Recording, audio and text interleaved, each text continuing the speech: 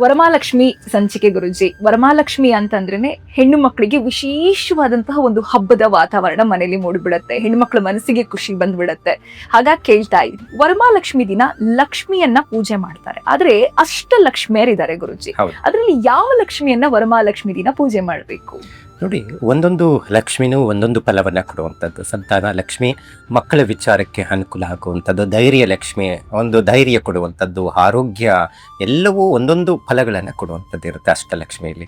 ಆದರೆ ಈ ಶ್ರಾವಣ ಮಾಸ ಅಂತ ಹೇಳಿದ ತಕ್ಷಣ ನಮಗೆ ಹಬ್ಬಗಳ ಸರಮಾಲೆ ಅಂತ ಹೇಳ್ತೀವಿ. ಶ್ರಾವಣ ಮಾಸದ ಅದರಲ್ಲಿ ಶುಕ್ಲ ಪಕ್ಷ ಬರುವಂತಹದ್ದೇನಿರುತ್ತೆ, ನವಮಿ ತಿಥಿ ಸತಿ ಬಂದಿರುವಂಥದ್ದು, ಅದರಲ್ಲಿ ಅನುರಾಧ ನಕ್ಷತ್ರದಲ್ಲಿ ಇದೇ ಶುಕ್ರವಾರ 21ನೇ ತಾರೀಕು ಶುಕ್ರವಾರದಂದು ವರಮಹಾಲಕ್ಷ್ಮಿ ಹಬ್ಬದ ಆಚರಣೆ ಅಂತ ಹೇಳ್ತೀವಿ. ಅಲ್ಲಿ ನಾವು ಹೆಸರಲ್ಲೇ ನೋಡಬಹುದಾಗಿದೆ. ಸಾಮಾನ್ಯವಾಗಿ ಲಕ್ಷ್ಮಿ ಅಂತ ಹೇಳಿದ್ರೆ ನಾವು ಲಕ್ಷ್ಮೀ ದೇವಿ ದುಡ್ಡಿಗೆ ಹೋಲಿಸ್ತೀವಿ. ಸಾಕ್ಷಾತ್ ಶ್ರೀನಿವಾಸ ಅರ್ಧಾಂಗಿನಿ ಪತ್ನಿಯಾಗಿ ನಾವು ಭಾವನೆಯಲ್ಲಿ ಇಟ್ಕೊಳ್ತೀವಿ. ಆದರೆ ಇಲ್ಲಿ ವರ ಮಹಾಲಕ್ಷ್ಮಿ ಅಂತ ಹೇಳಿದ್ರೆ ವರವನ್ನು ಕೊಡುವಂತಹದ್ದು, ನಾವು ಕೋರಿದಂತಹ ಇಷ್ಟಾರ್ಥಗಳನ್ನು ಕೊಡುವಂತಹದ್ದು ವರಮಹಾಲಕ್ಷ್ಮಿ ಅಂತ ಆಚರಣೆ ಮಾಡುವಂಥದ್ದಿದೆ. ಇದು ಶ್ರಾವಣ ಮಾಸದಲ್ಲಿ ಶುಕ್ಲ ಪಕ್ಷದಲ್ಲಿ ಬರುವಂತಹದ್ದು ಶುಕ್ರವಾರ ಆಚರಣೆ ಮಾಡುವಂತ ಪದ್ಧತಿ ಆಗಿರುತ್ತೆ. ಓಕೆ, ಇನ್ನು ವರಮಹಾಲಕ್ಷ್ಮಿ ಈ ಬಾರಿ 21ನೇ ತಾರೀಕು ಶುಕ್ರವಾರ ಬಂದಿದೆ. ಹಾಗಾಗಿ ಕೇಳ್ತಾ ಇದ್ದೀನಿ ಗುರುಜಿ, ವರಮಹಾಲಕ್ಷ್ಮಿ ಅಂತಂದ್ರೆ ಇದೇ 21ನೇ ತಾರೀಕೆ ಆಚರಿಸ್ಬೇಕಾ ಅಥವಾ ಯಾವ ಶುಕ್ರವಾರಗಳಲ್ಲಾದ್ರೂ ಆಚರಿಸುವಂತಹ ಅವಕಾಶ ಇದೆಯಾ? ಬಹಳ ಜನ ಒಂದಷ್ಟು ಈ ವರ್ಷದಲ್ಲಿ ಗೊಂದಲಗಳು ಇಟ್ಕೊಂಡಿರುವಂಥದ್ದು, ಈ ಶುಕ್ರವಾರ ಬರುತ್ತಾ ಅಥವಾ ಇನ್ಯಾವಾಗ ಬರುತ್ತೆ ಅನ್ನುವಂಥದ್ದು, ಈ ಶುಕ್ರವಾರನ ಬರೋ ಶುಕ್ರವಾರ, ಈ ಥರದ್ದು ಒಂದಷ್ಟು ಗೊಂದಲಗಳು ಇದ್ದಾವೆ. ಆದರೆ ನೀವು ಪ್ರತಿ ಶುಕ್ರವಾರ ಲಕ್ಷ್ಮೀ ಪೂಜೆಗೆ ಬಹಳ ಶ್ರೇಷ್ಠವಾದಂಥ ಸಮಯ, ಅದರಲ್ಲಿ ಒಂದು ಮಾತೇನಿಲ್ಲ. ಆದರೆ ಒಂದು ವರ್ಷಗಳಲ್ಲಿ ನಿರ್ದಿಷ್ಟವಾದಂಥ ಸಮಯಗಳು, ಮಾಸಗಳು ಅಂತ ಇರುತ್ತೆ.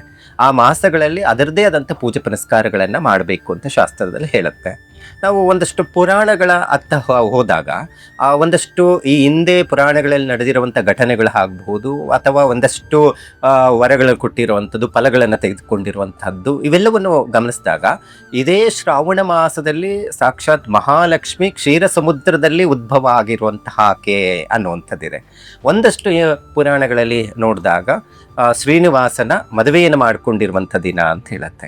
ಮತ್ತು ಒಂದಷ್ಟು ಪುರಾಣಗಳಲ್ಲಿ ಅದರದೇ ಆದಂಥ ಕಥೆಗಳಲ್ಲಿ ನಾವು ನೋಡಿದಾಗ ಸಾಕ್ಷಾತ್ ಮಹಾಲಕ್ಷ್ಮಿ ಕೋರಿದ ಇಷ್ಟಾರ್ಥಗಳನ್ನು, ಕಲಿಯುಗದಲ್ಲಿ ಕಷ್ಟಗಳನ್ನು ಹೋಗಲಾಡಿಸಿರುವಂತಹದ್ದು, ಒಂದಷ್ಟು ಹಿಂದೆ ನಡೆದಂತಹದ್ದು ಫಲಗಳನ್ನು ಕೊಟ್ಟಿರುವಂಥದ್ದು, ಹೆಚ್ಚು ಫಲ ಕೊಡ್ತಾ ಇರುವಂಥದ್ದು ಶ್ರಾವಣ ಮಾಸದಲ್ಲಿ ಲಕ್ಷ್ಮಿ ಆರಾಧನೆ ಮಾಡೋದು ಬಹಳ ಶ್ರೇಷ್ಠ ಅಂತ ಹೇಳುತ್ತೆ.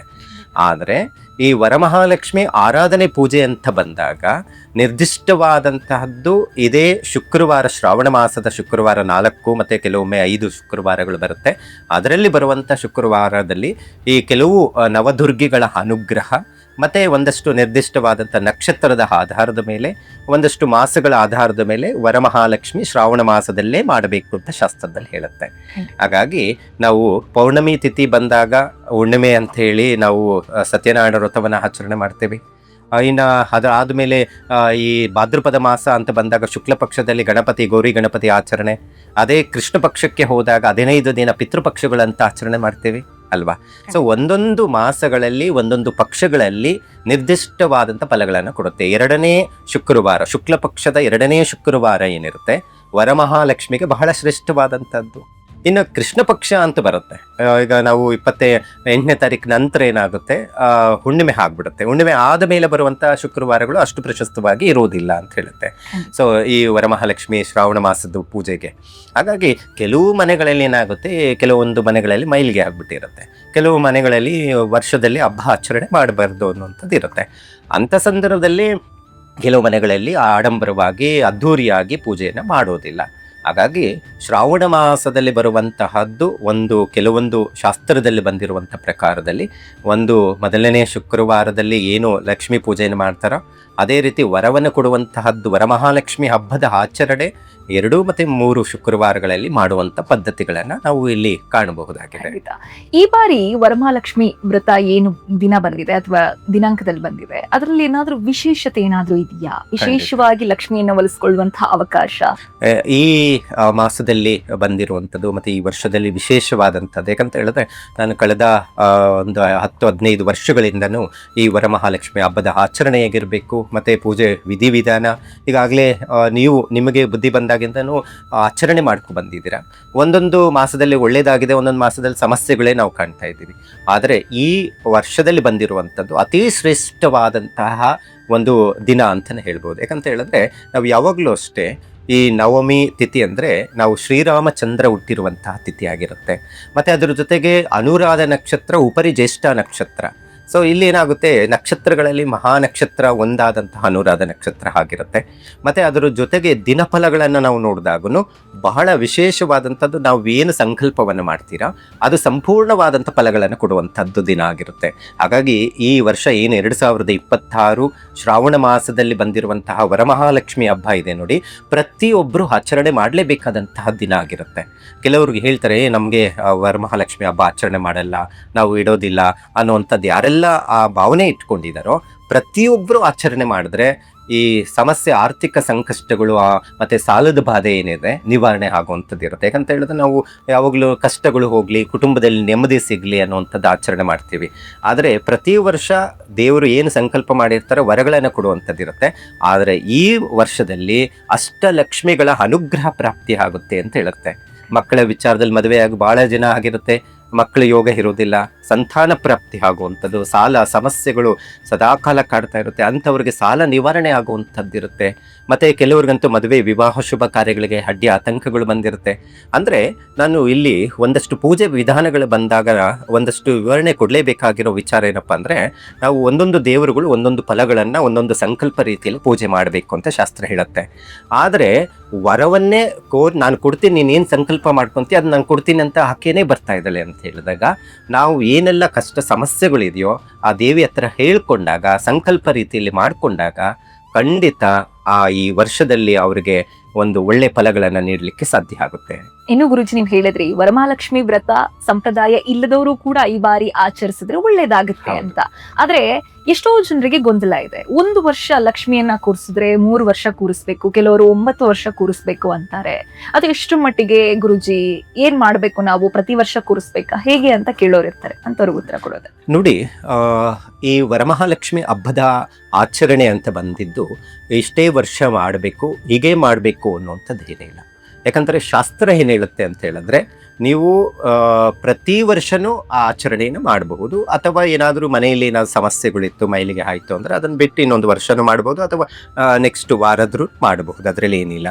ನಾವು ಈ ಬೇರೆ ವ್ರತಗಳಲ್ಲಿ ನಾವು ನೋಡಿದಾಗ, ನಾನು ಈಗ ಸಾಮಾನ್ಯವಾಗಿ ಈಗೆಲ್ಲ ಗೃಹ ಪ್ರವೇಶಗಳು ಅಂತ ಬಂದಾಗ ಪ್ರತಿ ಮನೆಗಳಲ್ಲಿ ಒಂದು ಸತ್ಯನಾರಾಯಣ ಪೂಜೆ ಮಾಡ್ತಾರೆ. ಅದರಲ್ಲಿ ಒಂದು ನಿಯಮಗಳಿದ್ದಾವೆ ನೋಡಿ, 4 ವರ್ಷಗಳನ್ನ ಖಂಡಿತ ಮಾಡಿ 5ನೇ ವರ್ಷ ಉದ್ಯಾಪನೆಗಳನ್ನ ಮಾಡಬೇಕು ಅಂತ ಹೇಳುತ್ತೆ. ಆದರೆ ವರಮಹಾಲಕ್ಷ್ಮಿ ಹಬ್ಬದ ಆಚರಣೆಯಲ್ಲಿ ಯಾವುದೇ ನಿಯಮಗಳು ಇಷ್ಟೇ ವರ್ಷವನ್ನು ಮಾಡಬೇಕು ಅನ್ನುವಂಥದ್ದು ಇಲ್ವೇ ಇಲ್ಲ. ನಿಮ್ಮ ಕೈಯಲ್ಲಿ ಎಷ್ಟು ಅನುಕೂಲ ಆಗುತ್ತೋ, ಯಾವ ರೀತಿ ಮಾಡ್ಲಿಕ್ಕಾಗುತ್ತೋ ಆ ರೀತಿಯನ್ನು ಮಾಡಬಹುದು ಅಂತ ಶಾಸ್ತ್ರದಲ್ಲಿ ಇದೆ. ಖಂಡಿತ. ಓಕೆ. ಇನ್ನು ವರಮಹಾಲಕ್ಷ್ಮಿ ವ್ರತಕ್ಕೆ ಎಷ್ಟೋ ಜನರಿಗೆ ಒಂದಿಷ್ಟು ಗೊಂದಲ ಇದೆ. ನಮ್ಮ ಮನೆ ಬಡತನದಲ್ಲಿದ್ದೀವಿ, ಈಗಾಗ್ಲೇ ನಾವು ಸಾಲದಲ್ಲಿದ್ದೀವಿ, ಲಕ್ಷ್ಮಿಗೆ ಹಣಾನೇ ಇಡಬೇಕು, ಲಕ್ಷ್ಮಿಗೆ ಒಡವೆನೇ ತೊಡಸ್ಬೇಕು, ಲಕ್ಷ್ಮಿಗೆ ಎಲ್ಲವೂ ಕೂಡ ಆಡಂಬರದಿಂದನೇ ವ್ರತ ಮಾಡಬೇಕು, ಆಗ ಮಾತ್ರ ಸಿದ್ಧಿ ಆಗುತ್ತೆ ಅನ್ನುವಂಥಷ್ಟು ಗೊಂದಲ ಇರುತ್ತೆ. ಅಂಥವ್ರಿಗೆ ಏನ್ ಹೇಳ್ತೀರಾ ಗುರುಜಿ? ಈಗ ಯಾರು ಹೇಳಿದ್ದು ಆಡಂಬರವಾಗಿ ಮಾಡ್ಬೇಕು ಅಂತ? ಲಕ್ಷ್ಮಿ ಅಂತಂದ್ರೆ ಆಡಂಬರ ಅಂತ ಅನ್ಕೊಳ್ತಾರೆ. ತಪ್ಪ ಅಭಿಪ್ರಾಯ. ಯಾಕಂತ ಹೇಳಿದ್ರೆ ಯಾವುದೇ ಶಾಸ್ತ್ರದಲ್ಲಿ ಇಲ್ಲ ನೀನು ಆಡಂಬರವಾಗಿ ಮಾಡಬೇಕು ಪೂಜೆನ ಅನ್ನುವಂಥದ್ದಿಲ್ಲ. ಭಕ್ತಿ ಭಾವನೆ ಮಾತ್ರ ಮುಖ್ಯ. ಹಾಗಾಗಿ ನೀವು ಅನ್ಕೊಂಡಿರುವಂಥದ್ದು ತಪ್ಪು ಅಭಿಪ್ರಾಯ. ನೋಡಿ, ಯಾರೋ ಮನೆಯಲ್ಲಿ ಪಕ್ಕದ ಮನೆಯಲ್ಲಿ ಲಾಸ್ಟ್ ಇಯರು ಎಲ್ಲ ಉಡುಗೆಗಳು ಹಾಕಿ ತುಂಬಿಸ್ಬಿಟ್ಟಿದ್ರು. ಏನು ಅಲಂಕಾರ, ಏನು ಅದ್ಭುತ, ವೈಕುಂಠದಲ್ಲಿರುವಂಥ ಶ್ರೀಮನ್ನಾರಾಯಣನ ಸಮೇತ ಲಕ್ಷ್ಮೀನ ಕರೆಸ್ಬಿಟ್ಟಿದ್ರು ಅಂತ ನೀವು ಅನ್ಕೋಬಹುದು. ಅವ್ರಿಗಿಂತ ಚೆನ್ನಾಗಿ ಮಾಡಬೇಕು ಅಂತ ಭಾವನೆ ಇರಬಹುದು. ಅದನ್ನು ನಾನು ವಾರ್ಗಿತಿ ಮಾಡ್ತಾ ಇದ್ದಾರೆ, ಅವ್ರಿಗಿಂತ ಚೆನ್ನಾಗಿ ಮಾಡಬೇಕು, ಎಲ್ಲ ಇಲ್ದಿರೋಂಥ ಒಡವೆಗಳೆಲ್ಲ ತಂದು ಹಾಕುವಂಥ ಪರಿಸ್ಥಿತಿ ನಾವು ನೋಡ್ತಾ ಇದ್ದೀವಿ. ಆದರೆ ಆ ರೀತಿ ಪೂಜೆಗೆ ದೇವರಿಗೆ ಸಲ್ಲದು. ಯಾವುದೇ ಕಾರಣಕ್ಕೂ ಆ ರೀತಿ ನೀವು ಪೂಜೆಯನ್ನು ಮಾಡಿದ್ರೆ ದೇವರಿಗೆ ಒಪ್ಪಿಗೆ ಆಗೋದೇ ಇಲ್ಲ. ಲಕ್ಷ್ಮಿ ಎಲ್ಲಿರ್ತಾಳೆ? ಭಾವನೆ ಮತ್ತು ದೈವ ಭಕ್ತಿ ಭಾವನೆಗಳಲ್ಲಿ ಯಾರು ಮುಳುಗಿ ಅವರು ಸಂಕಲ್ಪ ಮಾಡ್ತಾ ಇರ್ತಾರೆ ಪೂಜೆಯನ್ನು, ಅಲ್ಲಿ ಆಕೆ ಇರ್ತಾಳೆ. ಆಕೆನೇ ವರ ಕೊಡುವಂಥವಳು. ನಮಗೆ ಕಷ್ಟ ಸಮಸ್ಯೆಗಳಿದೆ, ನಮಗೆ ಬೇಕಾಗಿರುವಂಥ ಆರೋಗ್ಯ ಸಿದ್ಧಿ ಆಗಲಿ, ನಮಗೆ ಕುಟುಂಬ ಅಭಿವೃದ್ಧಿ ಆಗಲಿ ಅಂತ ವರ ಕೊಡೋಕೆ ಬಂದಿದ್ದಾರೆ. ಆ ವರ ಕೊಡುವಾಗ ನನ್ನ ಹತ್ರನೇ ಜಾಸ್ತಿ ಇದೆ ದುಡ್ಡು, ನನ್ನ ಹತ್ರನೇ ತೋರಿಸ್ಕೊಳ್ಳುವಂಥದ್ದು ಆಕೆಗೆ ನಮಗೆ ಅನುಕೂಲ ಆಗೋದಿಲ್ಲ ಅಂತ ಹೇಳುತ್ತೆ.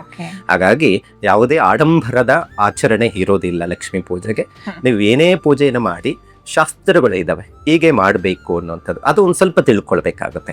ಸುಮ್ಮನೆ ಜನರಲ್ ಆಗಿ ಈಗೆಲ್ಲ ಪದ್ಧತಿಗಳು ನಾವು ನೋಡ್ತಾ ಇದ್ದೀವಿ, ತಾಮ್ರ ಮತ್ತು ಒಂದಷ್ಟು ಹಿತ್ತಾಳೆ, ಇದು ಕೆಲವೊಂದೆಲ್ಲ ಇಂತಹದ್ರಲ್ಲೇ ಲೋಹದಲ್ಲಿ ಕಲಶವನ್ನು ಇಡಬೇಕು ಅಂತ ಒಂದಷ್ಟು ನಿಯಮಗಳು ಇರುತ್ತೆ, ಪೂಜೆ ವಿಧಿ ವಿಧಾನಗಳಿದ್ದಾವೆ. ಅದನ್ನು ತಿಳ್ಕೊಂಡ್ರೆ ಸಾಕು. ನಮಗೆ ಇವತ್ತು ಒಂದು ಚಿಕ್ಕದಾಗಿ ಒಂದು ಹೂವು ತಂದು ಹಾಕೋಕ್ಕಾಗಲ್ಲ, ಅಷ್ಟು ಬೆಲೆ ಇರುತ್ತೆ. ಯಾಕಂದರೆ ಲಕ್ಷ್ಮೀ ಪೂಜೆ ಅಂದರೆ ಎಲ್ಲರಿಗೂ ಲಕ್ಷ್ಮಿ ಮನೆಗೆ ಬರಲೇಬೇಕು ಅಂತೇಳಿ ಎಲ್ಲ ರೇಟ್ಗಳು ಜಾಸ್ತಿ ಆಗಿರುತ್ತೆ. ಅಂಥ ಸಂದರ್ಭದಲ್ಲಿ ನೀವು ಸಾಲ ಮಾಡಿ ತಗೊಬಂದು ದೇವ್ರಿಗೆ ಹಾಕಿ ಅಂತ ಎಲ್ಲಿ ಶಾಸ್ತ್ರದಲ್ಲಿ ಇಲ್ಲ, ಅಗತ್ಯ ಇಲ್ಲ ಅಂತ ಹೇಳ್ತೀರಾ. ಓಕೆ, ಇನ್ನು ವರಮಹಾಲಕ್ಷ್ಮಿ ವ್ರತ ಮಾಡೋದ್ರಿಂದ, ಯಾಕಂದ್ರೆ ಲಕ್ಷ್ಮಿ ಒಂದ್ ರೀತಿಯಲ್ಲಿ ಚಂಚಲೆ ಅಂತ ಹೇಳ್ತಾರೆ. ಹೌದು. ಒಂದು ದಿನ ನಮ್ಮಲ್ಲಿ ಇಲ್ಲಿದ್ರೆ ಇನ್ನೊಂದು ದಿನ ಆಚೆ ಹೋಗಿ ಇನ್ಯಾರ್ದೋ ಮನೇಲಿ ಇರ್ತಾಳೆ ಅನ್ನೋ ಒಂದು ಇಷ್ಟು ಕಲ್ಪನೆ ಇದೆ ಜನರಿಗೆ. ಹಾಗಾಗಿ ಲಕ್ಷ್ಮಿಯ ಚಂಚಲ ಮನಸ್ಥಿತಿಯನ್ನ ವರಮಹಾಲಕ್ಷ್ಮಿ ವ್ರತದಿಂದ ಒಲಿಸ್ಕೊಳ್ಳಿಕ್ಕೆ ಸಾಧ್ಯ ಇದೆಯಾ? 100ಕ್ಕೆ 100ರಷ್ಟು ಇದೆ. ಯಾಕಂತ ಹೇಳಿದ್ರೆ 2 ವೇದದಲ್ಲಿ ಒಂದು ಮಾತಿದೆ. ಅದರಲ್ಲಿ ನಾವು ಕೆಲವೊಂದು ವೇದಗಳಲ್ಲಿ ಒಂದು ನಿರ್ದಿಷ್ಟವಾದಂಥ ಪ್ರಮಾಣದಲ್ಲಿ ಒಂದಷ್ಟು ಪೂಜೆ ವಿಧಿವಿಧಾನ, ಒಂದಷ್ಟು ಹೀಗೆ ಮಾಡಬೇಕು ಅನ್ನುವಂಥದ್ದು ಇರುತ್ತೆ. ಋಗ್ವೇದ, ಯಜುರ್ವೇದ, ಸಾಮವೇದ, ಅಥರ್ಣ ವೇದ ಅಂತ. ಅಥರ್ಣದಲ್ಲಿ ಬರುವಂಥದ್ದು ಕೆಲವೊಂದೆಲ್ಲ ನೆಗೆಟಿವ್, ನಕಾರಾತ್ಮಕವಾದಂಥದ್ದು ಕೆಲವೊಂದೆಲ್ಲ ಪೂಜೆ ವಿಧಾನಗಳು ಬರುತ್ತೆ. ನಮಗೆ ಋಗ್ವೇದ, ಯಜುರ್ವೇದದಲ್ಲಿ ಬರುವಂಥ ಪೂಜೆ ವಿಧಾನಗಳನ್ನು ಒಂದಷ್ಟು ವೇದ ಮಂತ್ರಗಳಲ್ಲಿ ಬರುವಂಥದ್ದು ಇರುತ್ತೆ. ಸಾಮವೇದ ಅಂತ ಹೇಳಿದ್ರೆ ಒಂಥರ ಹಾಡುಗಳ ರೀತಿಯಲ್ಲಿ, ಸಾಮಗಾನ ರೀತಿಯಲ್ಲಿ ಪೂಜೆಗಳನ್ನು ಸಲ್ಲಿಸುವಂಥದ್ದು ಇರುತ್ತೆ.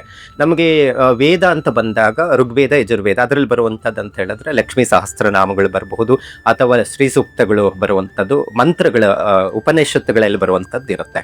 ಮತ್ತು ಭಾವನಾತ್ಮಕ ಭಕ್ತಿಯಿಂದ ಆಚರಣೆ ಮಾಡುವಂಥ ಒಂದಷ್ಟು ವಿಧಾನಗಳ ನಾವು ನೋಡಬಹುದು. ಅದರಲ್ಲಿ ನೀವು ಲಕ್ಷ್ಮೀನ ಹಾಡುಗಳಲ್ಲಿ ಹೋಲಿಸ್ಕೋಬಹುದು, ಅಥವಾ ಭಾವನೆಯಿಂದ ಮನಸ್ಸಲ್ಲೇ ಪ್ರಾರ್ಥನೆಯಿಂದ ದೇವರನ್ನ ಹೋಲಿಸ್ಕೊಳ್ಬಹುದು ಅಂತ ಹೇಳುತ್ತೆ. ದೇವರನ್ನ ಪೂಜೆ ಪುನಸ್ಕಾರಗಳನ್ನು ಯಾವುದೇ ರೀತಿಯನ್ನಾದರೂ ಮಾಡುವಂತಹ ಪೂಜೆ ಅದು ಏಕಾಗ್ರತೆ ಭಕ್ತಿಯಲ್ಲಿ ಇರಬೇಕು ಅನ್ನುವಂಥದ್ದು ಇರುತ್ತೆ. ನಾನು ಒಂದಷ್ಟು ಮಂತ್ರಗಳನ್ನು ಸಿದ್ಧಿ ವಿಚಾರದಲ್ಲಿ ನಾವು ನೋಡಿದಾಗ ಬೀಜಾಕ್ಷರ ಮಂತ್ರಗಳಲ್ಲಿ ಅತಿ ಬೇಗ ಫಲಗಳು ಕೊಟ್ಟಿರೋದು ಲಕ್ಷ್ಮೀ ಪೂಜೆ. ನಾನು ಒಂದಷ್ಟು ಹೋಮ ಹವನಾದಿಗಳು ಮಾಡಿದಾಗ ಈ ಬೇರೆ ಪೂಜೆಗಳಿಗಿಂತನೂ ಈ ಬೀಜಾಕ್ಷರ ಮಂತ್ರಗಳಲ್ಲಿ ಸಿದ್ಧಿ ಮಾಡ್ಕೊಂಡಿರುವಂಥದ್ದೇನಿದೆ, ಜಪ ಮಾಡಿ ಒಂದಷ್ಟು ಪೂಜೆಗಳನ್ನು ಏನು ಮಾಡ್ತಾರೋ ಅವ್ರಿಗೆ ಹೆಚ್ಚು ಲಾಭ ಮತ್ತು ಹೆಚ್ಚು ಅನುಕೂಲ ಆಗಿರುವಂಥದ್ದಿದೆ. ಈ ವರಮಹಾಲಕ್ಷ್ಮಿ ಹಬ್ಬದ ದಿವಸ ಕನಿಷ್ಠ ಪಕ್ಷ 108 ಸರಿ ಆದರೂ ಲಕ್ಷ್ಮೀ ಬೀಜಾಕ್ಷರ ಮಂತ್ರವನ್ನು ಪಠನೆ ಮಾಡಬೇಕು ಅಂತ ಹೇಳ್ತಾರೆ. ಏನಿದೆ ದೊಡ್ಡದಾಗಿ ದೊಡ್ಡ ಬೀಜಾಕ್ಷರ ಮಂತ್ರಗಳು ಇಲ್ಲ. ಓಂ ಶ್ರೀಂ ರೀಂ ಕ್ಲೀಂ ಐಂ ಮಹಾಲಕ್ಷ್ಮೀ ನಮಃ, ಈ ಮಂತ್ರವನ್ನು ಹೇಳಿ ಜಪ ಮಾಡಿ ದೇವರನ್ನ ಆರಾಧನೆ ಮಾಡಿ ಅಂತ ಶಾಸ್ತ್ರದಲ್ಲಿ ಹೇಳುತ್ತೆ. ಸೊ ಇದನ್ನ ಹೇಳಿ ಸಂಕಲ್ಪ ಮಾಡಿದ್ರೆ ಸಾಕು, ಅವರಿಗೆ ಏನೆಲ್ಲ ಸಮಸ್ಯೆಗಳಿದೆಯೋ ಬಗೆಹರಿಯುತ್ತೆ. ನಮ್ಮ ಹಿಂದೂ ಸಂಪ್ರದಾಯದಲ್ಲಿ ಹಬ್ಬಗಳಂತ ಬಂದಾಗ ನಮ್ಮ ಆರ್ಥಿಕ ಪರಿಸ್ಥಿತಿ ಒಂದಷ್ಟು ಸಮವಾಗಿ ಒಂದು ರೀತಿ ಅಭಿವೃದ್ಧಿ ಆಗಬೇಕು ಅಂತ ಹೇಳಿದ್ರೆ ಲಕ್ಷ್ಮೀ ಪೂಜೆ, ಅದರಲ್ಲಿ ವರಮಹಾಲಕ್ಷ್ಮಿ ಹಬ್ಬದ ಆಚರಣೆನೇ